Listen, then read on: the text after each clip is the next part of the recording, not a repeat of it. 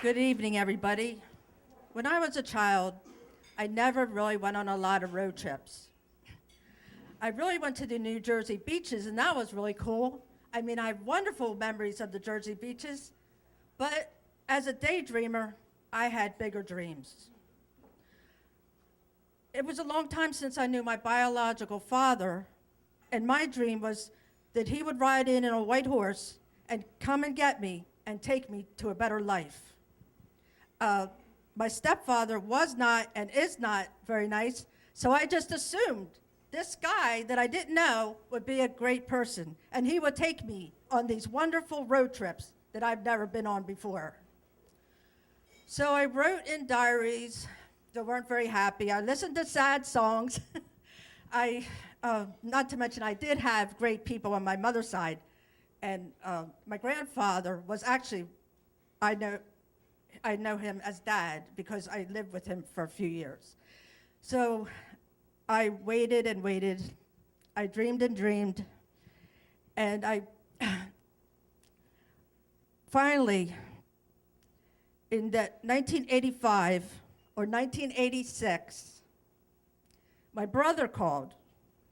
Now, my brother calls is unusual because he never calls.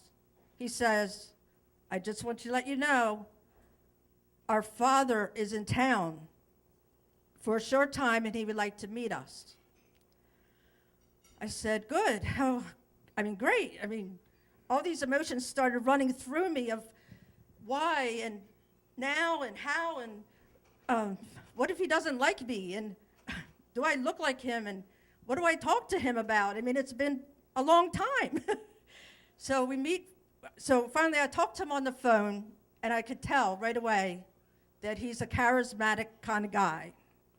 The other thing I knew about him already was that he was a Pennsylvania police officer, a private detective, a homicide detective, and whatever.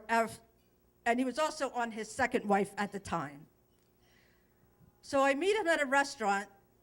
He gives me a ride back to my apartment where I'm living in Wilmington, Delaware. And he says, being a cop, why are you living in a place like this? This is not a safe place. I can take you away from all this. I can take you to Arizona and show you all around. I can take you on road trips. Road trips? I packed my bags.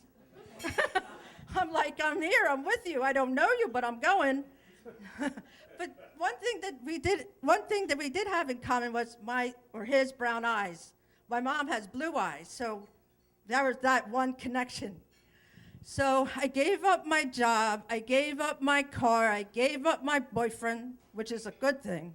I had to give up him, leave him back, that was a good thing. Some people were actually glad to see me go to get away from him, but I was going from one stranger to another. Anyway, right away when I got there, I literally found out the grass is not greener on the other side, literally, because do you see the green grass that's here?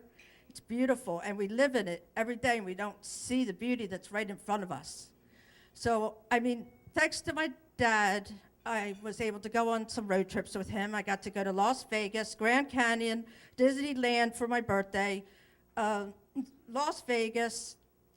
One part of Arizona that I really liked is called Cottonwood, Arizona, and it's really beautiful to me.